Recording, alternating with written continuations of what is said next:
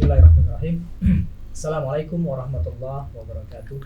Waalaikumsalam. Alhamdulillah, alhamdulillah, wassalatu wassalamu ala Rasulillah wa ala alihi wa sahbihi wa mawala. Asyhadu an la ilaha illallah wahdahu la syarikalah wa asyhadu anna Muhammadan abduhu wa rasuluhu amma ba'd. Sahabat dan pemirsa channel Bali Mengaji yang dirahmati Allah. Alhamdulillah pada malam hari ini bertepatan dengan tanggal 2 Maret ya, atau 28 Rajab 1443 Hijriah. 1 Maret sekarang ini. 1 Maret 1 Maret. Kita ditemukan kembali dengan Ustadz Al-Ustadz Fauzi Basoltanah Fauzi MPDI Hafizahullah Ta'ala dalam rubrik yang sama-sama kita selalu nanti setiap pekan, yaitu Anda bertanya Ustadz menjawab. Dan seperti biasa Alhamdulillah sudah terkumpul di meja redaksi kami ada sekitar 13 pertanyaan yang sudah antum layangkan kepada kami, dan semoga dari ke-13 pertanyaan tersebut insya Allah nanti bisa kita bahas secara tuntas dan semoga mendapatkan kebaikan dan pahala kebaikan serta ilmu yang bermanfaat nanti dari sesi kali ini. Seperti biasa, sholawat dan salam senantiasa kita panjatkan kepada junjungan kita Nabi besar Muhammad SAW, kepada para sahabat beliau dan orang-orang yang senantiasa untuk meniti jejak beliau nanti hingga yaumul qiyamah insyaallah seperti itu. Dan untuk membersihkan waktu memang baiknya kita karena sudah beberapa kali teknisnya ini ada sedikit gangguan tadi dan waktu sudah berjalan begitu panjang juga, dan insyaallah saya rasa Ustadz juga pasti ingin sedikit menyapa kepada jamaah kita Ustadz ya, yang senantiasa setia mengikuti acara rubrik ini Ustadz ya. Tafadhol kepada Ustadz. Bismillah. Assalamualaikum warahmatullahi wabarakatuh. Alhamdulillah alladzi bi ni'matihi tatimmus shalihat wassalatu wassalam ala Rasulillah wa ala alihi wa sahbihi wa wala. Amma ba'd, ya pemirsa Bali Mengaji yang dimuliakan oleh Allah. Mudah-mudahan antum semua sehat, ya tetap semangat. Semangat ya. Walaupun barangkali ya kita diuji oleh Allah, semua diuji oleh Allah Subhanahu wa taala. Tapi ujian-ujian ini ya tentu ingin Allah menaikkan derajat kita. Ya, orang kalau lulus ujian ya baru dia ya bisa nampak ya karakter dari orang tersebut. Ya, value-nya apa istilahnya itu. Nah, ya, maka ya solusinya bersabarlah dan tetap semangat. Insyaallah seperti itu. Baik, jazakallahu khairan Ustaz. Itu tadi nasihat Ustaz, kita dalam situasi apapun, dan ini kan ujian juga bersama, tidak untuk pribadi kita saja tetapi seluruh kaum muslimin juga mendapatkan ujian kita dengan pandemi yang sampai hari ini pun kita masih mengalami. Ya semoga Allah segera angkat dengan tidak banyak kejadian-kejadian yang memang wallahu alam ini semoga tidak semakin bertambah angka yang semestinya tidak perlu kan gitu. Apalagi menjelang kita insya Allah sebentar lagi mau ada bulan Ramadan, kemudian kita ada momen Idul Fitri. Semoga momen-momen yang bisa semakin mempererat tali silaturahmi kita yang sudah berapa kali mungkin kita nggak ketemu sama orang tua kita diberikan kesempatan kali ini oleh Allah bisa bertemu dengan mereka semua orang-orang yang kita cintai. Insyaallah, mudah-mudahan seperti itu. Semoga kita penuh dengan kesabaran ini meniti semuanya insyaallah. Baik, jamaah yang dirahmati oleh Allah, Ana bacakan pertanyaan pertama Ustaz ya. Ya, silakan. Pertanyaan dari saudari Nelly di Jakarta. Saya mau menanyakan masalah ruqyah Ustaz. Saya pernah minta saudara saya cari orang yang bisa meruqyah. Alhamdulillah kerjaan saya memang beliau menceritakan tentang dirinya sebagai seorang notaris, sebagai PPAT karena banyak urusan masalah tanah dan sebagainya, sehingga rasanya dia perlu ada orang yang bisa meruqyah dia kan. Nah, kemudian ala kulli hal walhasil dia akhirnya ketemulah orang yang bisa meruqyah dia. Tetapi setelah diruqyah kemudian orang tersebut menyampaikan sebuah hadis terkait dengan masalah ruqyah kan gitu. Nah, di dalam ruqyah tersebut kan memang bahwa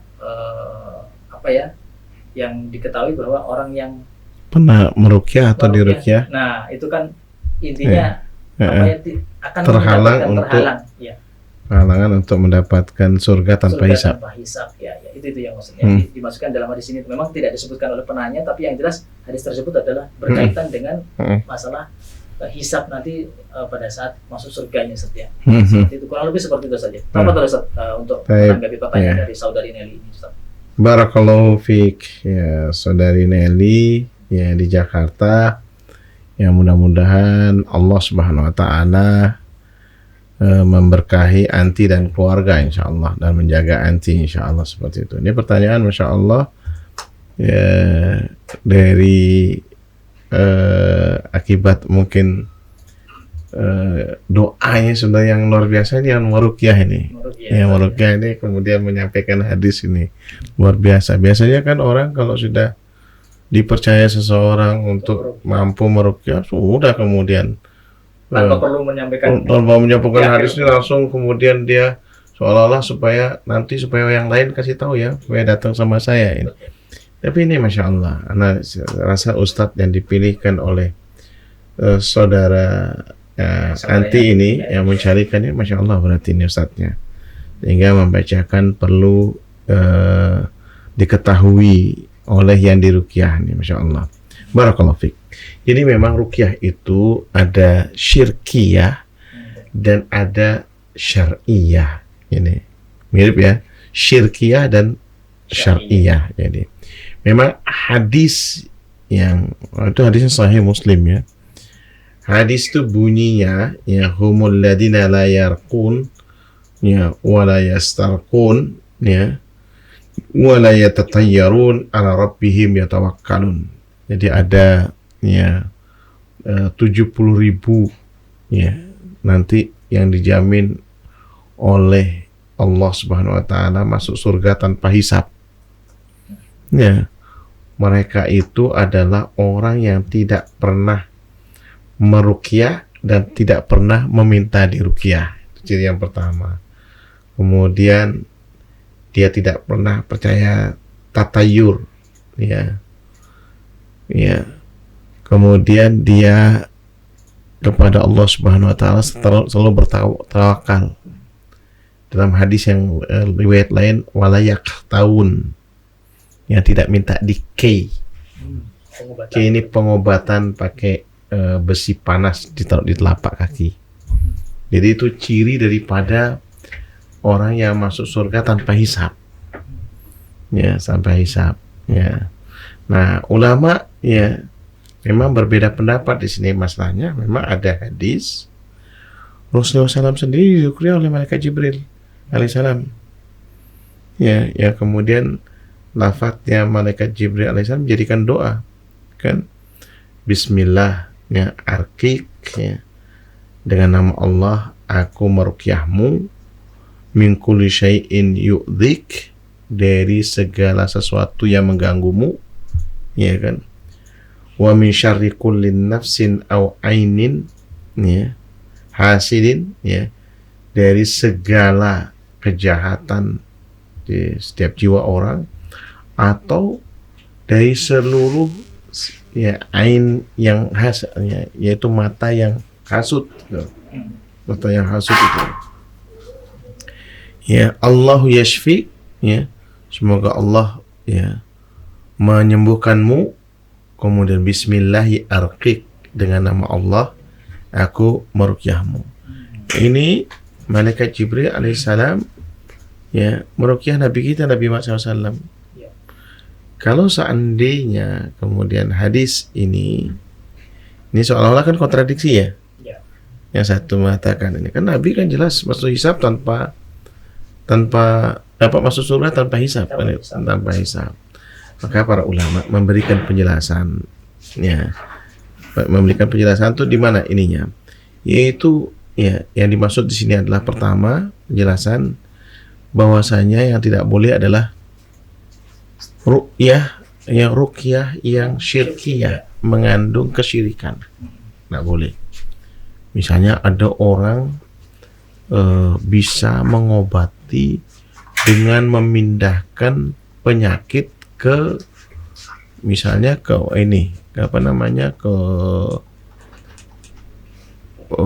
masukkan ke tubuhnya binatang misalnya. Ini kan aneh nih. Atau memasukkan ke telur misalnya. Dia ini sudah jelas kita perlu curiga nih. Dari mana dia bisa memasukkan ke seperti itu? Ya kan. Ini kan ada orang yang pakai telur gini kan. Dia seolah-olah mengatakan bahwasanya ini ruqyah juga. Ini hati-hati ini karena Betty ini beda tipis ya antara ruqyah syirkiyah dengan ruqyah syariah nih. Ya kayak gini yang biasa yang tidak boleh ya, yang tidak boleh dilarang ya. Yang kedua, barangkali ini meminta ruqyah dengan ruqyah syariah di sini sekarang jadi pembahasannya ya, akan berpotensi mengurangi tawakal seseorang. Jadi ulama membahasnya, kalau seandainya itu yang dimaksud dalam hadis tersebut adalah ruqyah syariah, maka maksudnya di sini apa? Yaitu seseorang akhirnya kurang tawakal kepada Allah Subhanahu wa taala. Kurang berserah diri kepada Allah Subhanahu wa taala. Jadi mengurangi tawakal. Dan dia akan bergantung kepada ruqyah. Nah, barangkali si penanya tadi ini mungkin kan kadang-kadang ya ada saja kan apa istilahnya ada masalah di dalam kerjaan itu pasti ada. Jadi bukan hanya sebagai notaris saja, hampir semua ya. Ya, terutama apa? Makanya subhanallah tuh Nabi mengajarkan ya kepada kita doain malaikat Jibril alaihissalam tadi itu kan, min kulli syarri min kulli ya min syarri kulli nafsin kan, wa min ain hasidin. Dia ada orang yang hasud artinya yang cemburu, yang iri dengki ya dengan kemajuan kita, dengan barangkali ya apa ya, cemburu keberhasilan gitu. Iya, penanya seperti itu. Nah, itu biasanya memang sering ya, tidak jarang seperti itu. Nah, ini juga sebenarnya kita abaikan. Dan yang lebih selamat lagi kalau seandainya yaitu kita meruqyah diri kita sendiri. Ya kan diajarkan sama Rasulullah SAW dari misalnya kita membaca wirid dan zikir pada sholat, ya kan, ayat kursi, Qul huwallah, Qul a'udzu birabbil falaq, Qul a'udzu birabbin nas. Ini sebenarnya adalah juga perisai diri. Ya, Allah akan menjaga siapa yang membaca ayat kursi kan itu. Dari sholat ke sholat. Kemudian keikhlasan kita beramal, surah Al-Ikhlas. Ya, itu hanya ditujukan pada Allah Subhanahu wa taala. Kemudian membaca Qul a'udzu birabbil falaq dari segala kejahatan yang dilakukan oleh para dukun, tukang sihir yang biasa dimintai bantuan oleh barangkali kompetitor ya Allah alam kita na'udzubillah min dzalik, kita akan seperti itu. Makanya perlu ada apa ya istilahnya ya, keyakinan, meyakinkan diri ya, meyakinkan diri. Disinilah memang yang harusnya kita berupaya, amalan hati ini ya, amalan hati ini kita bangun ya, kita bangun, yaitu jangan percaya seperti itu, percaya ini ya. Dan kita disuruh memang dianjurkan untuk meruqyah mandiri kan, istilahnya ada ruqyah mandiri.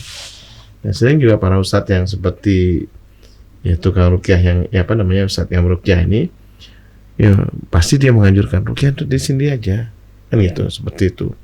Kalau ada yang sakit, bismillah, a'udzu bi'izzatillahi wa qudratihi min syarri ma ajidu wa hadir.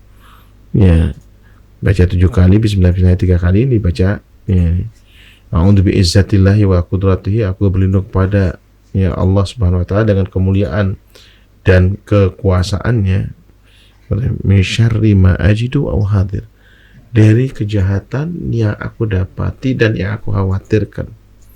Baca sendiri itu.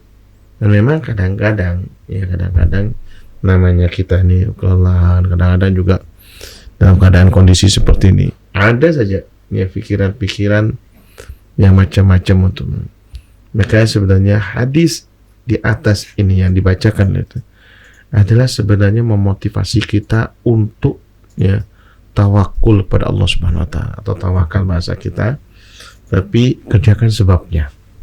Jadi tawakul tuh nggak bisa berdiri sendiri, dia nggak bisa berdiri sendiri, hanya besar, tapi juga harus dikerjakan sebab-sebabnya.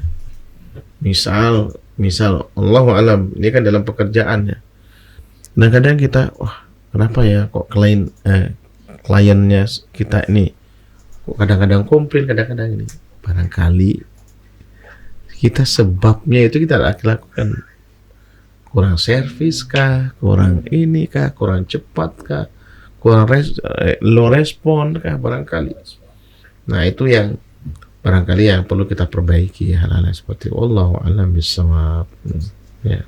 Insya Allah sangat jelas Ustaz ya bahwa memang kenapa sih sampai artinya kan tadi menyadarkan bahwa semua kan harus bagaimanapun juga kita harus bisa meruqyah mandiri. Nanti di sini boleh ya seorang ustaz misalkan melakukan bimbingan seperti itu, sebaiknya membimbingan tapi tidak melakukan ruqyah terhadap yang anggap penanya lah atau siapapun kan misalnya jadi muslimin yang misalnya meminta diruqyah, tapi justru lebih banyak memberikan bimbingan Ustaz ya untuk bisa melakukan ruqyah secara mandiri, itu insya Allah lebih selamat Ustaz ya. Ya, ruqyah ini kan sebenarnya mirip dengan doa yang dibolehkan.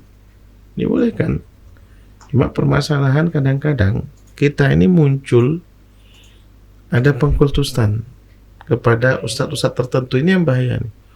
Kalau tidak kiai ini atau ustadz ini, wah saya tidak bisa sembuh ini. Iya, memang penjeruan manusia seperti itu. Nah, itu yang saya beda tipisnya tuh di situ nih.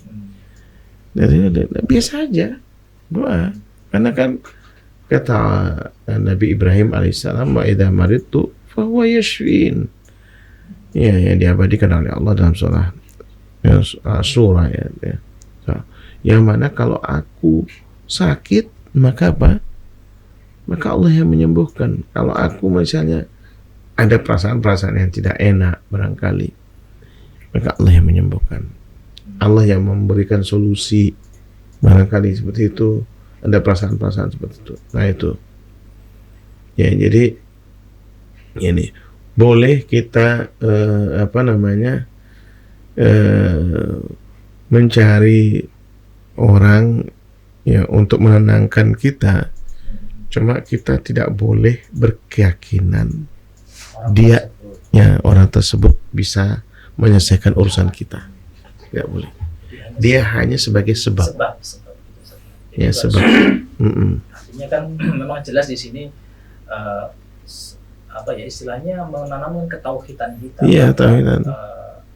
Ustadz ataupun siapapun yang bisa mendoakan kita itu hanya sebagai sebuah lantaran atau sebab gitu saja. Sebab bukan salah satunya kan gitu yang membuat masalah ini selesai atau apapun gitu saja. Tapi tadi Afwan, Ustaz juga sedikit menyinggung terkait dengan model, jadi ada sedikit pengobatan karena kan ruqyah ini kan ada hubungannya dengan pengobatan juga ya. Ada sebagian kan memang bahwa kita itu sakit dilakukan secara fisiknya dan juga secara rohaninya kan dengan melakukan ruqyah. Benar. Kalau misalkan sakit Ustaz dengan melalui perantara seperti Ustaz tadi sampaikan menyebabkan binatang atau sesuatu itu menjadi tersiksa, itu tidak boleh itu pemilihan. Tidak boleh Ustaz ya. Tidak boleh. Tapi kalau misalkan ada contoh Ustaz, ada yang sebagian memang kadang-kadang yang ana lihat. Ini ana belum tahu sih tentang hadis terkait dengan pengobatan jenis itu karena ada menggunakan perantara binatang yang akhirnya binatang tersebut menjadi mati gitu Ustaz.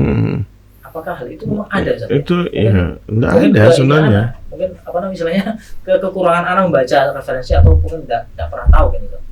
Enggak ada yang seperti itu, pemindahan penyakit dari manusia kayak ini. Yang ada itu adalah memang benar kan ada terapi yang 3 terapi cara dulu yang dilakukan oleh Rasulullah SAW. Ya, 2 yang dibenarkan yaitu ruqyah dengan hijamah, ya kan, berbekam, dan 1 yang dilarang yaitu kai tadi, ya kan. Nah, jadi ruqyah ini pun nanti kemudian diberikan penjelasan. Ruqyah bagaimana yang dibenarkan, yaitu apa? Ya, seperti yang diajarkan oleh Rasulullah SAW, para sahabatnya, dengan bacaan Al-Fatihah. Jadi ya, sebenarnya kan kata Ibnu Qayyim itu salah satu di antara penyembuh, ya.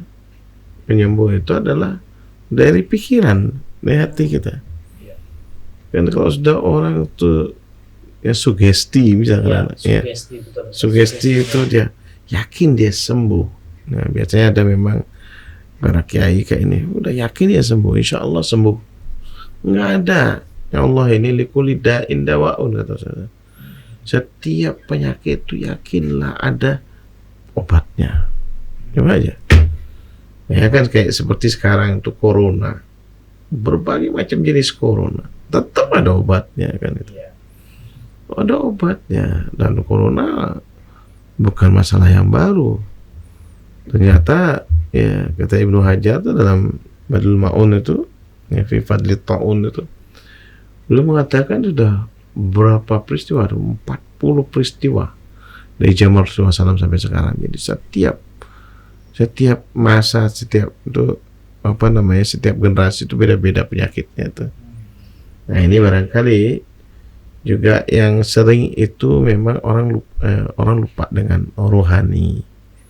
Tapi masya Allah ya Mbak ini ya alhamdulillah mendapatkan juga tukang apa istilahnya, kita bilang tukang rukyah apa ya bilang ya orang ya tukang rukyah ini ya masya Allah ya mengingatkan. Nah, ini masya Allah ini. Jadi alhamdulillah ditanyakan. Barakallahu fiik insya Allah. Semoga penjelasan Ustaz tadi insya Allah bisa membuka apa ya untuk kita semua gitu saja, bahwa memang dari hadis terkait dengan rukyah tersebut adalah kita kembalikan bahwa kita harus bertawakal kepada Allah, dan itu aja hanya merupakan sebab, dan memang kalau ya yang lebih apa ya istilahnya sesuai harapannya hanya sekedar membimbing Ustaz ya. Jadi itu lebih selamat lah istilahnya saja. Jadi kita tidak akan apa ya istilahnya bertentangan dengan hadis tersebut kan gitu, terkait dengan kita biar masuk surga tanpa hisab itu seperti apa kan gitu. Insya Allah kurang lebih seperti itu. Jadi membimbing orang yang akan dirukyah itu akan lebih baik dan lebih selamat Ustaz. Insya Allah seperti itu. Baik, Ustaz. Jazakallahu khairan Ustaz. Selanjutnya pertanyaan kedua Ustaz dari saudara Yuniono Cikarang Ustaz. Ini Ana sering menggunakan parfum pada titik nadi tangan Ana. Nah, seringkali saat berwudu memasukkan air untuk berkumur, airnya berasa parfum. Nah, apakah wudu Ana sah atau batal? Ya, barakallahu fiik. Ini memang terkait dengan firman Allah ya. Jadi dan anggapan sebagian orang bahwa saya beranggapan bahwa parfum itu mengandung alkohol. Alkohol itu kemudian dikaitkan dengan khamar. Ya kan najis, ya kan, ya kan dalam firman Allah itu ya Allah mengatakan ya ayyuhalladzina amanu innamal khamru wal maisir wal azlam wal ansab rijsun. Ya rijsun ini yaitu diartikan sebagai najis, padahal ini adalah maknanya adalah rijsun ini secara maknawi, najisnya secara maknawi ya, bukan hissi ya, bukan yang langsung kayak seperti maaf ini yaitu kotoran manusia atau najis atau kencingnya manusia, bukan itu sebenarnya, tapi ini adalah apa namanya secara maknawi. Kemudian yang kedua jadi permasalahannya adalah memang dalam urusan alkohol ini ya, alkohol yang dimaksud itu apa bahasanya itu mungkin antum apoteker atau solvent, solvent ya, yaitu pelarut ya pada parfum ya, biasanya dipakai itu jenisnya namanya etanol ya kan ya, dalam parfum itu. Nah, jadi menurut fatwa MUI ya, etanol yang merupakan senyawa murni itu bukan berasal dari industri minuman beralkohol ya kan, itu ya sifatnya ya tidak najis ya. Hal ini berbeda dengan khamar yang bersifat najis. Oleh karena itu etanol tersebut boleh dijual sebagai pelarut parfum yang notabene memang dipakai di luar, tidak dimasukkan ke dalam tubuh. Ya, nah ini. Jadi ini menunjukkan bahwasanya ya parfum itu tidak najis, ya tidak najis. Dan itu pun yang dimaksud adalah etanol bukan khamar ya, dan itu panjang pembahasannya itu. Jadi apalagi kemudian tidak diminum, tidak dikonsumsi kan itu bahan yang memudahkan untuk agar harumnya bertahan dari atau ya bisa menyebar. Menyebar. Karena sifat dari golongan-golongan alkohol seperti etanol itu kan memang fungsinya mudah menguap. Jadi mudah ke senyawa yang mudah untuk berinteraksi dengan udara kan gitu. Mungkin itulah fungsi seperti itu. Dan itu biasa itu. Dan biasanya digunakan dan itu tidak najis. Tidak najis. Nah, berarti apa di sini dari pertanyaan ini? Yaitu kan beliau menanyakan apakah kemudian maksudnya sah saja berkemun tidak masalah. Ya, akhirnya berasa parfum ini. Ada juga rasa parfum ini. Ini bisa diminum parfum jangan-jangan nanti. Bisa. Tapi bahaya juga nanti kalau minum parfum ini. Ya kan. Ya. Baik, insyaallah penjelasan Ustaz sangat jelas ya bahwa memang tidak masalah. Tidak masalah kan gitu. Sebagian besar memang parfum itu pasti akan menggunakan pelarut, menggunakan campuran golongan etanol kan, termasuk memang keluarganya alkohol kan gitu. Bahasa-bahasanya ada yang lain kan gitu ya. Kalau lebih seperti itu, jadi tidak, insyaallah tidak membatalkan wudhu dari antum dan tetap sah insyaallah. Sah insyaallah. Baik. Barakallahu fiik. Pertanyaan berikutnya Ustaz dari Pak Edi di Denpasar. Assalamualaikum Ustaz. Saya mohon penjelasan tentang warisan sebagai berikut Ustaz. Seorang wanita muslimah punya nafkah sendiri, menikah dengan duda beranak, tetapi anaknya ikut dengan ibunya. Ya, intinya si wanita ini menikah terus dengan duda, anaknya nggak ikut, itu aja Ustaz ya. Nah, anaknya sekarang sudah berkeluarga, si dari duda ini sudah berkeluarga. Pernikahan dengan duda ini tidak mempunyai anak. Nah, si wanita mempunyai beberapa kakak dan adik laki-laki ataupun perempuan. Orang tuanya juga masih ada. Pertanyaannya ada beberapa pertanyaan Ustaz. Ada 3 pertanyaan Ustaz.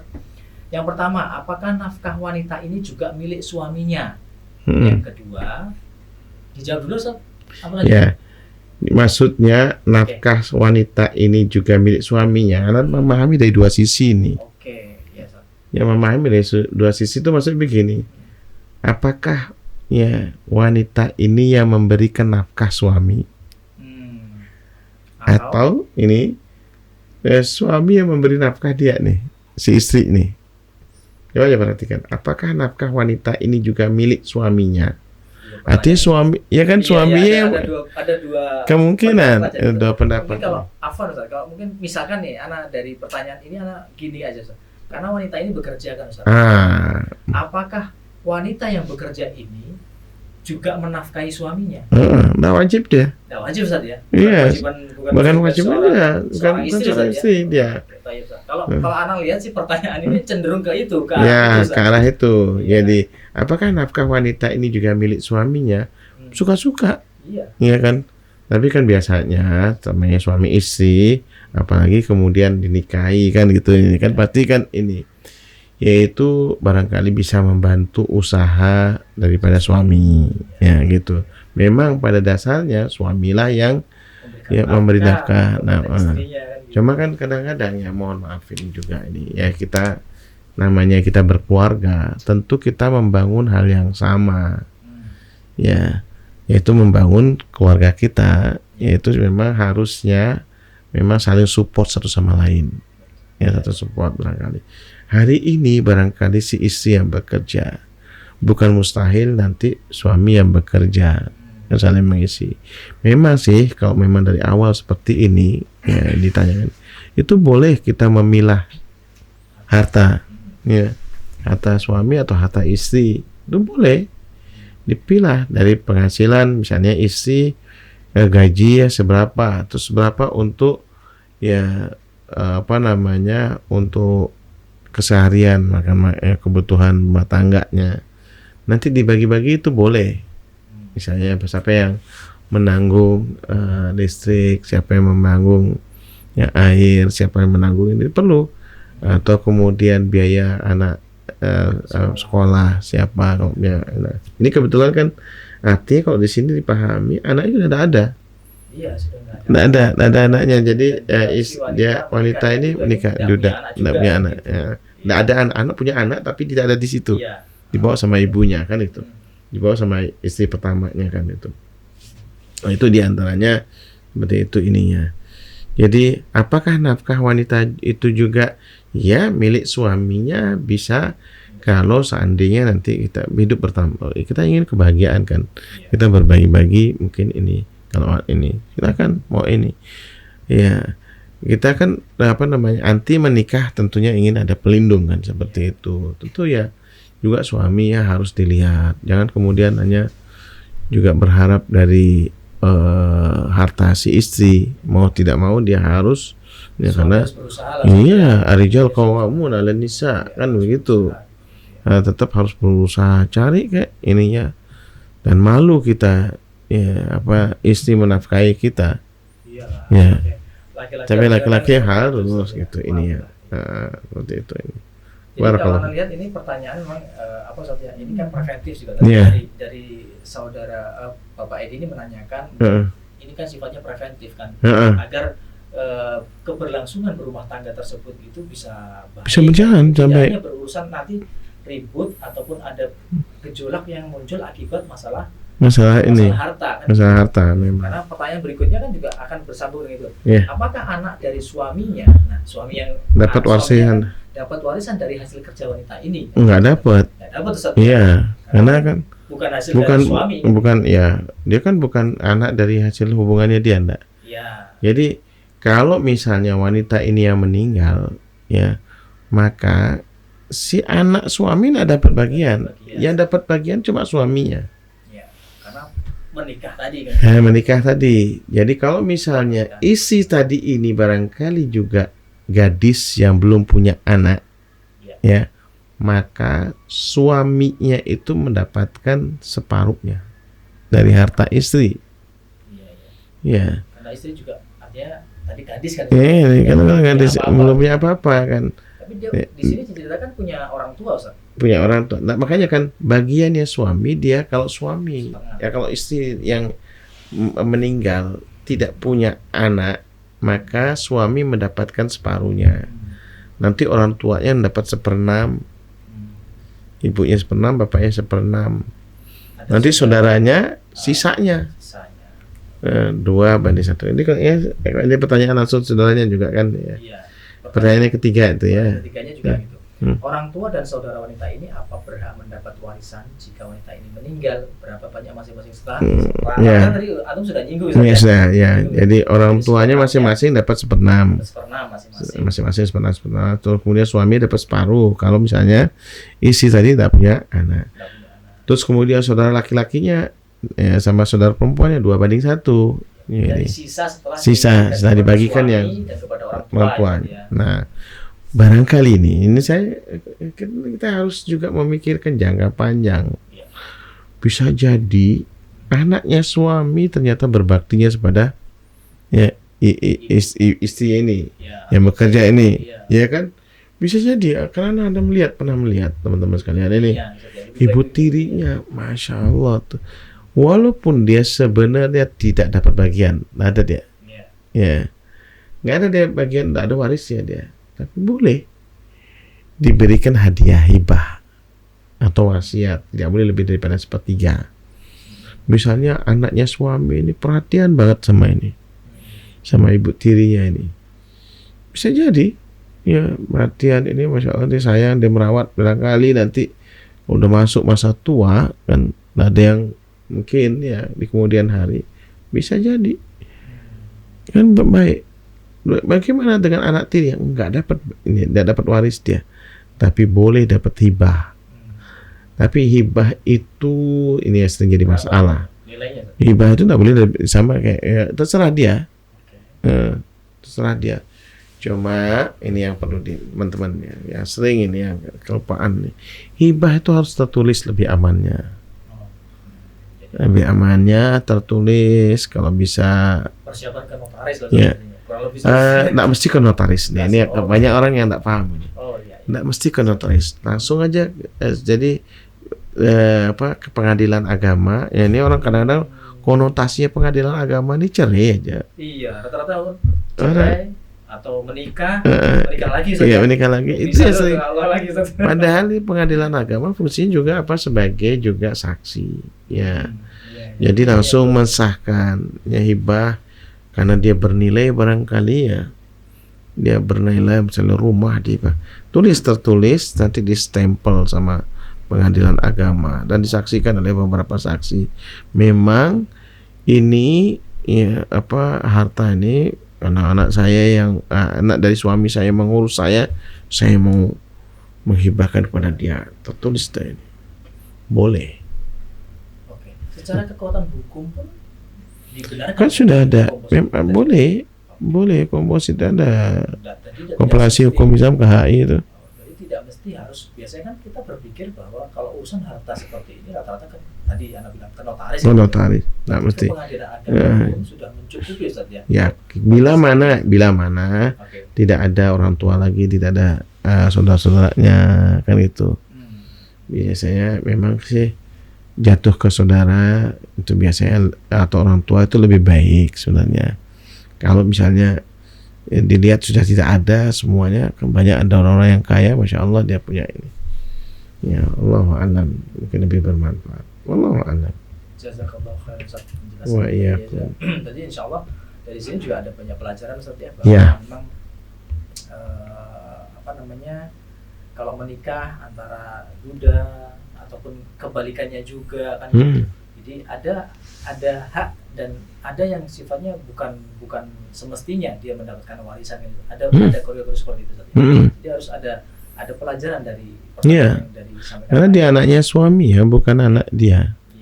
Anak suami ya, dia nanti dari ibunya kandungnya dia, mungkin ya dari ayahnya ini suaminya mungkin harta, makanya kan ini barangkali si muslimah ini yang kaya kan itu. Dia sudah harus pilah itu hartanya dari awal. Ya, dari suaminya berapa yang mau dihibahkan kepada suami pun sebaiknya memang saya punya ini harus. Ini ada saya dengar ya Allah, kadang-kadang ya Allah rumah tangga ini maaf ini kadang-kadang suami yang tidak bertanggung istilahnya suami yang kurang bertanggung jawab. Itu harta istrinya, peninggalan dari orang tuanya. Istrinya disuruh keluar dari rumah istri. Nah, kurang asem ini kadang-kadang seperti ini. Ya, istrinya dikeluarkan dari rumah istrinya, kemudian dia tinggal sama anak-anaknya. Ini rumah saya. Ini tidak tahu malu namanya suami kayak gini. Nah, ini masya Allah dia mengantisipasi seperti itu. Jadi terima kasih ditanyakan ini, masya Allah. Insya Allah memang pertanyaan itu ya ada sifatnya memang dalam rangka untuk kehati-hatian pada ke depan harus seperti apa, persiapannya seperti apa. Memang harus ya tadi ada banyak melibatkan pihak ketiga juga Ustaz ya, seperti atau memberikan contoh dengan pengadilan agama, insya Allah kan pihak yang bisa lah tidak hanya urusan masalah pernikahan atau perceraian, tetapi ada hal-hal yang berbau waris, terkait dengan waris. Waris. Memang waris ini sering mengakibatkan masalah dalam hubungan keluarga. Tanyakan kepada juga ya komisi fatwa, di komisi fatwa juga kan. Itu penting, pertanyaan-pertanyaan kayak gini ini penting sekali. Ya urusan ini, karena itu bom waktu udah ditanyakan. Jadi ya insyaallah. Semoga menjawab apa yang disampaikan oleh Ustaz Fauzi tadi dengan pertanyaan yang disampaikan oleh Pak Edi tadi ya. Baik, selanjutnya pertanyaan dari saudari Titin di Lumajang. Assalamualaikum Ustaz. Bagaimana hukum jika seorang anak ngomel sama orang tuanya karena untuk kebaikan orang tuanya supaya nggak sakit? Syukran jazakallahu khairan. Ini sering terjadi Ustaz. Barakallahu fiik. Sama orang tua. Orang tua kita ngomelnya ini maksudnya ya biar nggak ada keluhan lagi sakit kan, biasanya kan diatur saja makannya ini dan semua pola makannya biar sehat gitu. Ini seperti itu. Gimana Ustaz seperti itu Ustaz? Barakallahu fiik. Ini memang harus hati-hati juga kita menjawab ini. Karena memang kan perintah Allah, wala taqul lahuma uffin wala tanharhuma kan itu. Ya. Di surah Al-Isra ayat 23 ini kan. Ya, jangan kalian mengatakan gitu ya. Wala tanharhuma, jangan kalian menghardik ya. Wa qul lahuma qaulan karima. Dan katakanlah kepada mereka yaitu dengan perkataan yang mulia. Tapi biasanya ini mungkin anak yang masya Allah ya. Ya, ini kan sudah jelas kalau secara umum nggak boleh kita. membentak orang tua itu tidak boleh, haram hukumnya. Tapi kita ini kadang-kadang ya perlu ya ada ketegasan, terutama ketika kita merawat orang tua kita yang memang rawan sakit, yang kemudian menyebabkan memperparah sakitnya. Kita kan tidak tega kadang-kadang lihat orang tua kita, ibu kita atau ayah kita. Nah, kadang-kadang sering kita harus sedikit tegas ya. Ini boleh, ini tidak boleh. Ingat ya, dokter pesannya seperti itu. Jangan sampai kemudian ya sampai kan juga hilang keikhlasan kita di dalam merawat, kan gitu. Kita kan ingin menjaga terus keikhlasan ini. Jangan sampai ya kita insya Allah kita berupaya ya. Nah, itu kadang-kadang ini masya Allah mungkin anak yang memang perhatian sama orang tua, dan kita kadang-kadang namanya orang tua ini kadang-kadang kembali kepada sifat anak-anak lagi. Nah, kita pun hati-hati memilih kata-kata ngomel. Tidak ada, mudah-mudahan dalam pikiran kita tidak ada maksud untuk menyakitinya, tapi kita untuk menyayangi dan menjaganya. Insya Allah kalau seperti ini, insya Allah boleh lah. Ya, tidak ada kita dalam pikiran kita itu. Ya, jadi kita harus ya bagaimana menjaga orang tua kita ini supaya sehat. Kita senang kan kalau kita orang tua kita sehat, bisa canda, bisa ini. Dan memang teman-teman sekalian, ini yang sering kita dapati ketika orang tua kita sakit ya. Dan itu yang kita nanti mungkin akan kita alami di kemudian hari. Hati-hati ya. Ya, ketika kita menyakitinya, itu yang kita khawatir. Ya, harus jaga sekali. Makanya kadang-kadang ya, kalau ada saudara anak, ya kita kadang-kadang juga selalu berupaya nih. Kadang-kadang orang tua kita maunya ini, akhirnya saudara-saudara kita tuh bertengkar. Ayo ini turuti ini. Ya, karena sering menjawab, ya ente benar, dia tidak salah. Loh, ente benar, dia tidak salah katanya. Nah iyalah, tak bilang semuanya berniat kan untuk ya, kebaikan orang tua kita. Ya, kebaikan orang tua. Nggak ada barangkali di pikiran kita itu menyakitinya, tidak ada. Nah, maka kita harus juga sebenarnya berupaya ya sama orang tua kita ini memang harus pelan-pelan sekali. Ya, pelan-pelan deh. Ya, dan jangan sampai sebagai anak juga langsung kemudian naudzubillah min dzalik wa naudzubillah min dzalik, mudah-mudahan juga jangan. Ya, kadang-kadang ya seperti orang-orang tidak ada agama. Kayak tempo hari ya 3 orang anak ini, masya Allah ya, masya Allah, hadahumullah, yaitu kemudian menggadek mengusir ibunya. Iya, inilah ketiga anaknya ini seperti itu ini kanan. Ini keterlaluan benar. Ini anak durhaka benar. Sampai bermeterai dan sebagainya. Ya. Iya, orang tuanya dimasukkan ke panti jompo dan sebagainya. Memang serba salah. Ya, kita memang harus ada juga panti jompo. Ya, walaupun sebagian ulama mengatakan tidak benar tuh adanya. Ini seorang muslim yang memang dia harus merawat orang tuanya. Jangan dia ini. Panti jompo itu ya dibutuhkan ketika memang tidak ada lagi keturunannya. Ya. Atau dia sebagai namanya orang tua panti sosial. Dia berinteraksi tunawisma, atau dia ingin ketemu kumpul-kumpul dengan sahabat-sahabat lamanya. Tapi bukan kemudian ya diserahkan begitu saja, enggak. Ya, bukan seperti itu. Para ulama mengatakan, sebagian besar ulama itu mengatakan ini anak durhaka yang menyerahkan ya orang tuanya ke panti jompo. Ya, na'udzubillah min dzalik ya.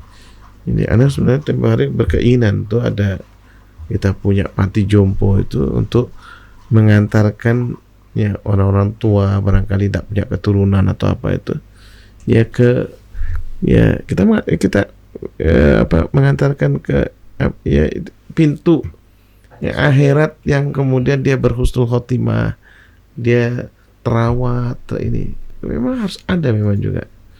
Tapi yang anak khawatir kadang-kadang banyak anak yang kemudian tidak bertanggung jawab pada orang tuanya lalu ditelantarkan orang tuanya. Na'udzubillah min dzalik. Ya itu.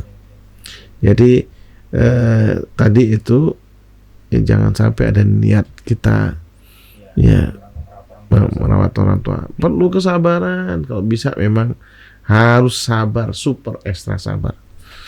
Al-jaza' min jinsil amal kata ulama. Ya, diambil dari firman hal jazaa'ul ihsan ilal ihsan. Ya, yaitu orang yang berbuat baik, insya Allah di kemudian hari dia akan juga anak cucunya akan berbuat baik pada dirinya. Karena kalau misalnya seandainya sekarang kita juga ini kasar sama orang tua kita di kemudian hari, ya, nah qadarullah kita anak-anak kita akan kasar. Ya. Memang ada kisahnya juga kan. Ini banyak kisah banyak. Bagaimana seorang anak kepada orang tuanya, balasannya juga akan terjadi seperti benar. itu. Benar, salah seperti itu. Ya semoga insya Allah saudari Titin di Lumajang ini betul-betul istilahnya sabar Ustaz ya. Ya sabar. Pertanyaannya seperti ini kan dalam rangka ngomel dalam artian mungkin bahasanya bahasa gaulnya ngomel, tapi paling tidak kan itu merupakan dalam rangka untuk kebaikan orang tua dan sebaik mungkin seyogianya memang harus menggunakan bahasa-bahasa yang benar, tidak sampai melukai hati orang tua kan, ini seperti itu Ustaz ya. Ya, insyaallah seperti itu. Allahu a'lam. Insyaallah pertanyaan berikutnya Ustaz, ini lumayan waktunya juga bergulir terus. Pertanyaan dari saudara Naufal di Yogyakarta Ustaz. Bahwa beliau ini mendapat hadiah barang dari sebuah bank konvensional dari Bawi. Ya, kemudian dia menanyakan bagaimana cara membersihkannya dari riba Ustaz. Barakallahu fiik ya. Dapat hadiah mobil mungkin Ustaz. Mungkin ya.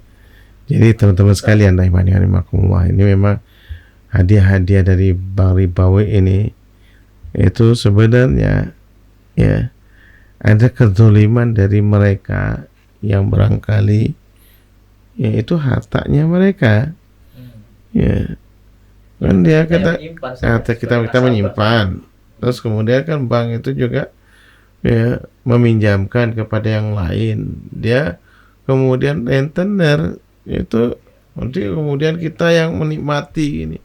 Itu pasti seperti itu. Jadi bagaimana? Ya nggak boleh kita nih. Nah, terus kemudian jadi permasalahan, yaitu masalahnya ialah bagaimana ya dengan bunga bank itu, bunga bank, yaitu memang ada pembahasan tersendiri penyaluran harta riba ini, penyaluran harta riba ini, yaitu ya singkatnya begini dari semua ulama pembahasan, kita boleh memanfaatkannya. Ya, ini Syekh diantaranya Syekh Abdullah Jibrin ya rahimahullah ya. Memanfaatkan jasa perbankan itu memanfaatkan bunganya itu. Kalau kita biarkan bunga itu di bank-bank mereka, nanti kemudian dia akan membangun fasilitas ya agama yang mereka yakini. Ya kan gitu. Ya. Lalu bagaimana? Kita kita memanfaatkan untuk fasilitas umum yang dibutuhkan oleh kaum muslimin. Ya, terutama di daerah-daerah yang tertinggal, misalnya di daerah-daerah konflik. Ya, ini boleh. Ya, boleh kita manfaatkan untuk ke sana dan berikan kepada mereka. Ya, kayak sekarang ini banyak bencana alam di negeri kita ini. La qadarullah. Kemarin lagi di Sumatera Barat ya. Masya Allah ya. Mudah-mudahan mereka yang kena musibah ini diberikan kesabaran oleh Allah Subhanahu. Ini boleh. kita salurkan bunga-bunga yang kita dapat hadiah-hadiah itu ke sana. Pokoknya jangan untuk masjid itu aja. Ya, karena masjid itu mesti harus dibangun dengan harta yang murni, harta halal yang murni. Tapi yang lainnya, ya, untuk renovasi rumah yang rusak, ya, itu gunakan aja seperti itu dana-dana ini. Ya, nah ini bisa untuk pemanfaatan dana-dana seperti itu. Jadi ya, mereka ya tentu lebih membutuhkan. Kalau kita biarkan, ini ada dilematis juga. Misalnya kalau seandainya tidak diambil, menyanyiakan harta. Ya. Kemudian jadi kalau dibuang juga itu membuang-buang harta. Nah, lalu bagaimana kita memanfaatkan ini? Tapi tentu di pos-pos yang syar'i, yang bisa kita meringankan beban saudara-saudara kita yang kena musibah, yang bicara dan sebagainya. Itu. Berarti dari sini kita boleh saja apabila kita mendapatkan hadiah dari bank tersebut, kita terima, tapi kemudian kita salurkan hadiah tersebut untuk dimanfaatkan ke fasilitas umum. Fasilitas umum. Baik, itu kalau jelas kita dapat hadiah. Nah, kalau tadi Ustaz menyinggung masalah bunga saja. Kalau memang kita memiliki simpanan yang cukup besar ya di bank, kan kelihatan bunganya besar kan Ustaz. Tapi kalau misalkan simpanannya kecil gitu kan tidak terlalu banyak ya, kadang-kadang sudah termakan sama administrasinya dari bulanan tiap bank seperti itu. Bagaimana Ustaz? Apakah boleh misalkan ini sebuah jasa penyimpanannya itu, perbankannya itu kita ini memang hilaf juga di antara ulama. Jadi hilaf. Tapi untuk pajak kita tidak boleh dari situ. Untuk pajak, bayar pajak tidak boleh dari situ, ya. Ya sudah dikembalikan ke mereka ininya. Berarti kalau misalkan ada kita mau memiliki semacam program saja, kita kan tahu sendiri kan Bali Ganjis kan juga memiliki kepedulian juga kepada saudara-saudara yang lain. Nah, ini nanti kena hukum minta-minta lagi saja. Hukum meminta, kita kan tidak meminta, kita menyalurkan. Ya, ke bank tertentu mungkin kita ada saudara atau siapapun lah yang ternyata punya relasi di bank tersebut, kemudian mengambil dananya untuk disalurkan kepada kegiatan sosial. Nah, seperti ini bisa nggak? Boleh, nggak ada masalah.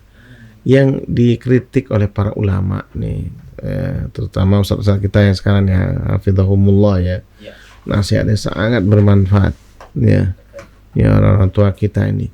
Karena memang kadang-kadang ini yang dan itu sering kita dapati apa yang disampaikan oleh beliau, Anda sering mendapatinya. Jadi sengaja menggalang donasi ya untuk memperkaya diri, tidak disalurkan. Banyak sekali. Dan padahal kadang-kadang ya kita mau niatkan ambil misalnya orang yang sakit. Nah ini orang yang sakit kita galang dana untuk memang membantu dia. Fotonya kita ambil tuh orang yang sakit itu. Ini sering kadang-kadang dipakai hanya untuk mencari dana. Oh, ini kayaknya foto orang tua yang sakit ini kayaknya lebih membangkitkan orang untuk ini dipakai. Tapi kemudian dananya tidak dipakai untuk orang tua itu. Nggak boleh ini. Terjadi sebenarnya. Dan itu yang paling sering. Itu yang dimarahi oleh para ustadz. Ya, ini ngapain kita ya berkhianat namanya tuh. Padahal itu udah kita postkan untuk itu. Nggak boleh kita pakai, kita pilah-pilah. Kita mencari dana ya, sekarang kan ada Lumajang, ada dan ini beruntun. Alhamdulillah di Bali Mengaji kita sudah pilah-pilah tuh. Insyaallah jazakallahu insyaallah. Ya, dan alhamdulillah teman-teman kita Ahmad Rimin, ya Firly itu bertanya dengan ini. Boleh nggak jangan ini kita nyari dananya, kita memang awal kita gunakan, memang kita postkan untuk di daerah Lumajang misalnya. Udah itu habiskan dana itu di situ, dan itu memang ya kita sampai sekarang belum selesai untuk membantu pemerintah dan masyarakat di sana. Ya, dananya situ. Ada lagi kemarin baru terjadi ya magnitudo di mana namanya di Sumbar misalnya sekarang, ya Sumatera Barat, ya ada berapa dana yang ini, yang ini, kita cari lagi, kita membantunya di sana. Ya kita lihat kan teman-teman sana masih tidak perlu, masih alhamdulillah kita ada markas bersama As-Sunnah ini juga, kita berbagi di situ dan kita carikan ya dana untuk sana, kita plotkan. Nah, bila mana ini sudah selesai satu tempat, kemudian ada sisa dana ini, nah ini pun juga kita boleh kita alihkan dengan kemudian kasus yang sama. Misalnya, tidak boleh kemudian kita na'udzubillah min dzalik ya, yaitu untuk memperkaya diri dengan ini semua. Ya, itu yang kita tidak boleh sama sekali. Allah. Ya, ini merupakan nasihat bersama ya untuk lembaga dakwah sosial seperti saat ini yang kita sendiri saja banyak mengaji seperti ini ya. Jadi diniatkan bahwa sesuai dengan masing-masing awalnya, kalau memang niatnya itu untuk membantu saudara kita yang berada di daerah tertentu ya, tersebut harus dimaksimalkan di sini. Kembali ke pertanyaan tadi, saudara Novel ini berarti hadiah tersebut asalnya ya diambil disalurkan kegiatan sosial seperti itu saja. Ya, banyak ya. Insya Allah sih memang masih ada waktu kurang lebih sampai jam 10 saja. Ya makanya dipercepat. Pertanyaan lagi. Kita sambung lagi. Pertanyaan dari saudara Surya di Surabaya. Assalamualaikum Ustaz. Izin bertanya, bagaimana hukumnya jika orang tua meminjam uang kepada anak, orang tuanya beliau ini, si Surya. Tapi di sisi lain ternyata si Surya ini masih dinafkahi oleh orang tuanya. Apakah termasuk utang piutang yang menguntungkan, Ustaz? Jazakallahu khairan, Ustaz. Barakallahu fiik. Ya. Jadi masya Allah orang tua antum ini si berkeinginan. Ya. Kayaknya si Surya ini punya tabungan cukup, dan orang tuanya kurang lebih seperti itu, Ustaz. Iya kan, Ustaz ya? Ya, orang tua anak meminjamkan uang kepada anak. Orang tua anak meminjam uang kepada anak. Artinya kan si Surya ini punya fulus kan gitu. Terus kemudian orang tuanya pinjam kan gitu. Bukan. Gimana, Ustaz? Ya, orang tuanya ngasih uang. Meminjam uang kepada anaknya dia. Anaknya nih meminjam uang kepada anak. Bagaimana hukumnya jika orang tua anak meminjam uang? Orang tuanya yang pinjam uang, anaknya punya fulus ya. Jadi si Surya punya fulus Tapi di sisi lain anak masih dinafkahi oleh orang tua anak. Gitu. Apakah termasuk utang? Gitu, Ustaz. Ya. Si Surya punya fulus terus dipinjam kepada orang tuanya. Ya. Tapi pada sisi lain si Surya ini masih jadi istilahnya masih ikut sama si orang tua gitu. Belum menikah kan seperti itu, Ustaz ya. Ya Surya, anta wa malu kali abik. Tidak boleh antum mengatakan bahwasanya orang tua antum meminjam. Orang tua antum itu berhak. Ana memahaminya tadi terbalik gitu. Ya. Kita sering ini memahaminya terbalik. Tapi pikir orang tuanya meminjam kepada Surya.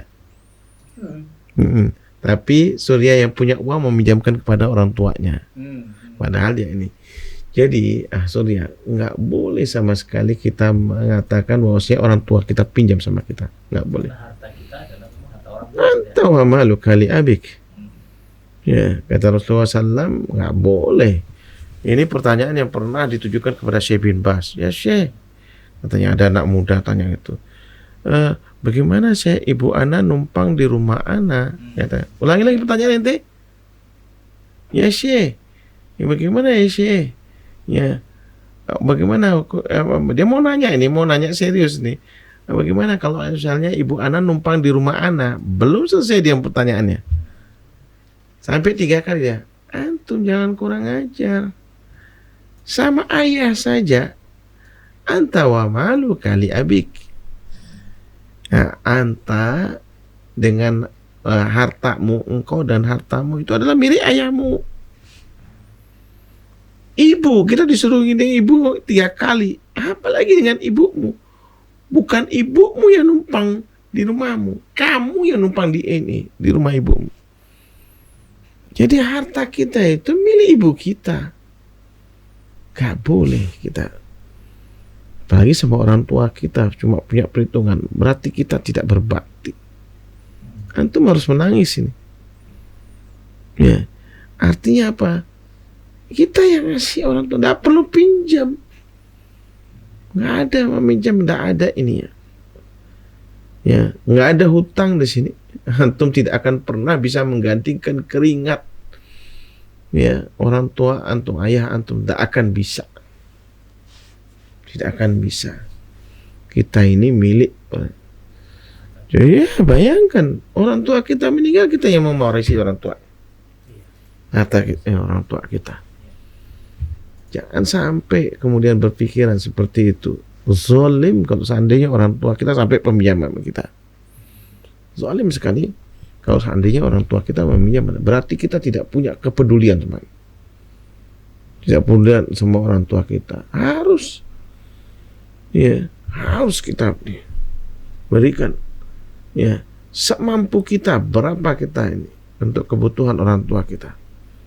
Kenapa? Karena kita tidak akan pernah bisa menggantikan keringatnya orang tua kita atau air susu dari ibu kita. Bahkan tidak akan pernah bisa menggantikan tarikan nafas dari ibu kita ketika melahirkan kita. Gak akan pernah. Gak akan bisa. Jadi itu tidak boleh kita kemudian hitung-hitungan dalam urusan ini. Apapun yang kita berikan seluruh hidupnya. Bayangkan Uwais Al-Qarni. Ya, rahimahullah, ya beliau ini ya hidup di masa Rasulullah SAW tapi tidak pernah bertemu dengan Rasulullah SAW. Tapi Masya Allah, ya kata Rasulullah SAW ya kepada sahabat yang kemudian Umar bin Khattab bertemu dengan Uwais Al-Qarni. Ya, Uwais Al-Qarni Masya Allah dia. Itu doanya dikabulkan ya oleh Allah Subhanahu wa taala. Kenapa? Karena baktinya kepada ibunya. Baktinya kepada qadarullah masyafa'al ketika mau bertemu dengan Rasulullah SAW tidak ada di tempat. Karena waktu itu ya kalau salah di Yaman tinggalnya kan beliau ini, dan beliau tidak mau terkenal, tidak mau, dan beliau sembunyi. Bagaimana beliau menggendong ibunya, tidak punya nih orang miskin, ya menggendong ibunya sampai ikut haji, ya kan sampai dianggap orang gila tuh Uwais itu. Ya latihan sampai tidak terasa, dan itu yang kemudian ya dipuji oleh Rasulullah SAW. Rasulullah SAW tidak pernah bertemu karena Allah berdasarkan wahyu. Ya kan itu ini. Nah ini yang kita perlu contoh ya seperti Uwais ini, yang mana apa baktinya kepada orang tua yang enggak ini. Masya Allah jadikan contoh yang kemudian dulunya albino barangkali ya karena terus kemudian sisa. Jadi cirinya itu karena tersisa di tangannya sampai Umar mencarinya. Ada enggak ya? Karena tidak tahu, guys, tidak mau. Tidak mau diketahui oleh siapapun sampai Umar mencarinya dan penasaran dan minta Uwais pun malu ketika mau mendoakan. Ini orang terbaik ini. Umar bin Khattab ini. Tapi kita disuruh bertemu dengan minta doa juga, Masya Allah. Ya, nah ini Masya Allah ya, ini juga di antara bagaimana kita berbakti kepada orang tua. Enggak boleh sama sekali. Antum yang mungkin yang punya hutang bisa tergantung. Itu harta tidak boleh kita ya tidak boleh sampai ini. Dan kita sebagai anak ya sampai kapanpun ya kita tidak akan pernah bisa menggantikan orang tua kita. Ya jasa orang tua kita akan pernah bisa. Banyak. Jadi memang seharusnya yang sikap yang baik adalah apabila orang tua seperti itu berarti kita mengikhlaskan saja berapa anggap kita nggak usah sampai berhitung bahwa oh nanti dikembalikan atau apa, dikembalikan syukur, gak dikembalikan ya kita ikhlaskan. Memang seharusnya adalah ya sebagaimana tadi Ustaz sampaikan bahwa harta kita ini adalah harta orang tua kita, ya kan seperti itu Ustaz ya. Mudah-mudahan itu yang dimaksud ya. Karena Anda tadi memahaminya ya gitu. Ya orang tuanya yang meminjamkan kepada dia. Meminjam, Ustaz, bukan meminjamkan. Meminjam uang. Orang tua memang meminjam kepada si anak. Sedangkan si anak ini memang masih dalam tanggungan nafkah oleh orang tuanya. Iya. Ada kasih aja. Jadi udah selesai. Masuk dalam hutang piutang. Nggak ada. Nggak ada hutang antara anak dengan orang tua. Dan jangan ditagih. Udah langsung aja. Barakallahu fiik. Ya. Asal insyaallah satu pertanyaan lagi saja. Waktu yang sudah cukup larut. Karena bisa. Karena hutang itu orang nggak akan bisa masuk surga gara-gara hutang. Walaupun dia mati syahid, kalau tidak ada yang bayarkan susah. Ya, salah satu pertanyaan kan biasanya kalau mohon maaf lah kalau ada saudara yang meninggal kan pasti pertanyaannya Siapa yang antum menganggap orang antum mencegah? Enggak boleh. La qadarullah, masyaallah. Ya. Jazakallahu khairan. Wa iyaka. Atas jawaban antum, semoga saudara Surya terbuka hatinya dan mengetahui bahwa seperti itulah semestinya seorang anak kepada orang tuanya. Ya. Baik, pertanyaan terakhir Ustaz, insyaallah di malam ini, insyaallah satu lagi. Assalamualaikum Ustaz, izin bertanya, jika ibu meninggal dunia 1 tahun yang lalu, tetapi harta peninggalan masih dipegang ayah dan adik perempuan yang sudah menikah, dan adik perempuan hidup satu rumah dengan ayahnya, dan digunakan untuk keperluan sehari-hari seperti makan dan lain-lain. Status saya, ini penanya ini adalah seorang laki-laki pertama dan sudah menikah, tinggal beda rumah. Bagaimana terkait dengan hukum tersebut? Ya, barakallahu fiik. Ya, wa iyyakum, barakallahu fiik si fulan nih. Kan pertama yang harus dilakukan adalah pisahkan dulu harta ibu dan harta ayah. Berapa ibu punya harta, berapa ayah punya harta. Yang itu. Jadi itu ini ya. Kemungkinan ini mungkin ini ya seperti seorang ibu mewarisi rumah dari kakeknya barangkali, itu kan hartanya ibu. Nah, ini kemungkinan ini kayaknya pertanyaannya mirip yang kemarin juga ini. Ini ayahnya kemudian ya nggak punya apa-apa dia sebenarnya, nggak bisa dia harus, kalau misalnya seperti itu kasusnya. Tapi kalau misalnya ayah bekerja, ibu bekerja, maka harus dipisahkan harta ini. Berapa bagian ayah, berapa bagian ibu. Jadi ibunya dulu hartanya ibu yang nanti di apa namanya istilahnya tetap ditulis. Jadi sebaiknya memang urusan bagian waris ini sebaiknya tercatat. Kemudian tanyakan di Komisi Fatwa ya, MUI Majelis Ulama Indonesia, yang memang nanti ya dia mereka bisa memberikan jawaban. Ya, jawaban inilah yang kemudian nanti didiskusikan dengan keluarga. Diskusikan dengan keluarga dia. Bicarakan ini dia harta. Jangan diputus-putuskan sendiri. Ini sering seperti itu, memutus-putuskan sendiri. Cuma cerita-cerita. Ya. Dan sering sekali dalam perjalanan Anda sering kan ada beberapa orang mesti pertanyaannya yang kadang-kadang ngomong ngalur ngidul itu ya, mesti nanti akan bertanya tentang waris pasti. Ya, mesti pertanyaan itu tentang waris. Ustaz, misalnya ini ibu ana meninggal bagaimana? Nih, memangnya hartanya siapa itu?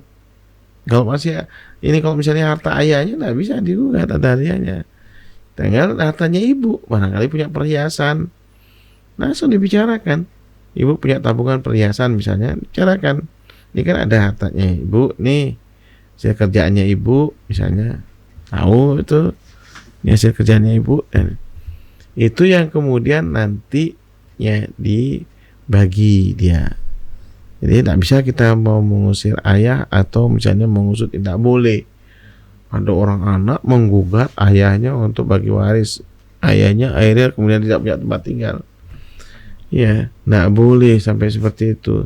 Dibicarakan dengan cara baik-baik, kemudian ya ditulis ya, buat narasi dalam tulisan. Itu lebih baik. Ini seperti ini 1, 2. Kemudian selesaikan. Ayo kita datangkan ustadz misalnya atau siapa di tempat itu ya, yang dipercaya, yang juga ngerti hukum waris ini, supaya kita ya bahas bersama, duduk bersama. Sekarang kan ada medianya, bisa direkam pakai gadget atau apa, kayak direkam, kemudian ya di grup keluarga di ini rekaman itu jadi dengar oleh semua keluarga. Nanti disimpan, entah itu di Google Drive atau apa di mana, disimpan itu sebagai saksi bahwasanya itu adalah tanggal sekian, bulan sekian ya terjadi apa ya, apalagi nanti barangkali mau pulang kampung semua bicara nih, ada saksinya ini sebulan ya, ada foto bersama, kemudian kita membahas masalah waris ya, masalah waris. Kemudian apa ya, tentu ini anak berulang kali ada akte kematian ya, kemudian ada silsilah waris. Kemudian yang ketiga, ada harta yang diwariskan.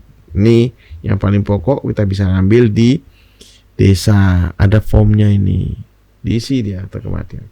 Setelah itu baru kita akan datang ke MUI atau ustadz lah, siapa yang dipercaya, itu yang berikutnya dibahas dia, dihitung nanti berapa yaitu ahli warisnya itu gitu, berapa dari harta yang ada setelah dipilah antara harta ibu dengan harta ayah. Itu dipilah berapa dia dan bicarakan. Kalau itu misalnya berupa rumah, misalnya ini kan ada rumah di sini, Anda tidak tahu ini rumah, barangkali rumah ibu nih barangkali, maka harus tertuang ada ayah dan ini bahwasanya ini ahli warisnya seperti ini, ya kan. Nah, antum masuk di dalam situ barangkali, tulis, ditandatangani bersama, saksinya siapa, ustadznya, kemudian di stempel di PA, pengadilan agama. Harta itu tidak mesti harus dibagi sekarang, tapi bukti stempel dari pengadilan agama itu nanti itu dibagi, ada dilegalisir. Satu, siapa pegang ayah masih hidup, pegang ayah semuanya. Semua bukti dipegang oleh ahli waris semuanya. Nah, seperti itu enak, nyaman. Jadi tidak usah ribut. Kalau kayak gini tidak dibicarakan, itu salah juga. Dan jangan, kalau bisa itu jangan lewat dari anak sih cuma ini 5 tahun memberikan saya. Membahas dari kematian tuh jangan lewat sampai 5 tahun. Jangan menunggu lagi sampai meninggal. Jadi harus dibicarakan, duduk bersama, duduk bareng, kemudian dibicarakan. Tadi itu akte kematian ini ada silsilah ahli warisnya siapa, kemudian harta yang diwariskan disebutkan di mana saja. Lalu kemudian datang ke MUI di komisi fatwa misalnya, atau ustadz setempat yang memang mengerti pemahaman tentang ini. Dan kemudian dituangkan, nanti dibagi.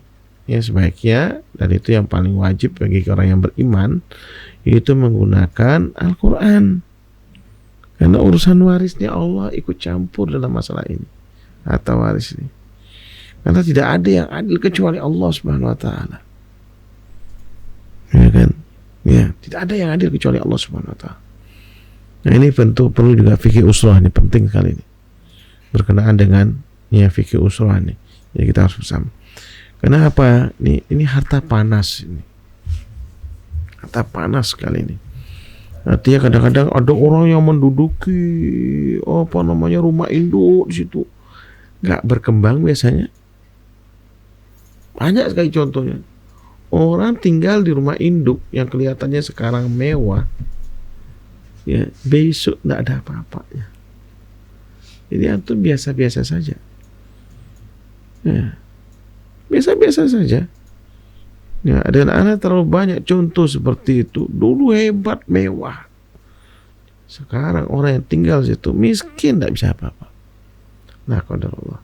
Maka jadi semangatlah dan jangan terlalu antum sebagai anak laki-laki insyaallah kalau mau menyelesaikan itu dengan cara baik-baik insyaallah seperti itu. Kemudian langkah berikutnya tinggal dinarasikan dalam sebuah dokumen yang ditandatangan nanti semuanya, tanda tangani semuanya, yaitu nanti disahkan di pengadilan agama, lalu nanti yang asli dipegang barangkali sama ayah, kemudian yang lainnya itu dilegalisir.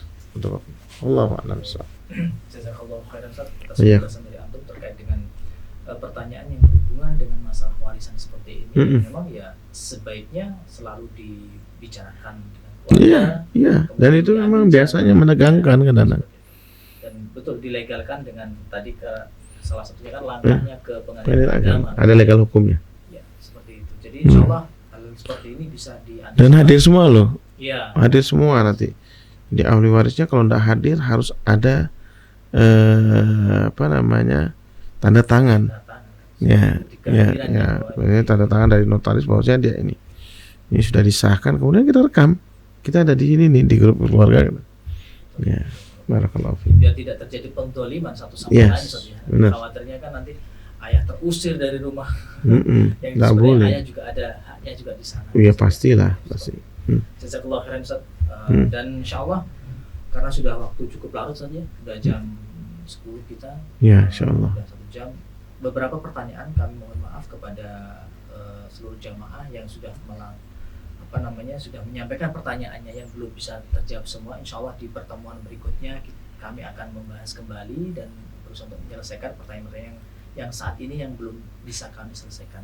Ya. Dan Kita berharap ya, Mas Arif ini yang Insya Allah semoga kita ada waktu dan insya Allah kita akan bertemu kembali dengan sesi Anda bertanya Ustaz menjawab yang selalu diasuh oleh Al Ustadz Fauzi Basultanah LCMPDI Hafizahullah Ta'ala. Dan semoga beliau selalu diberikan keberkahan dan panjang umur untuk bisa selalu menemani kita dalam rubrik Anda bertanya Ustaz menjawab.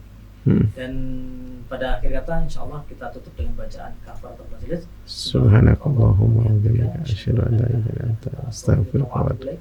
Assalamualaikum warahmatullahi wabarakatuh.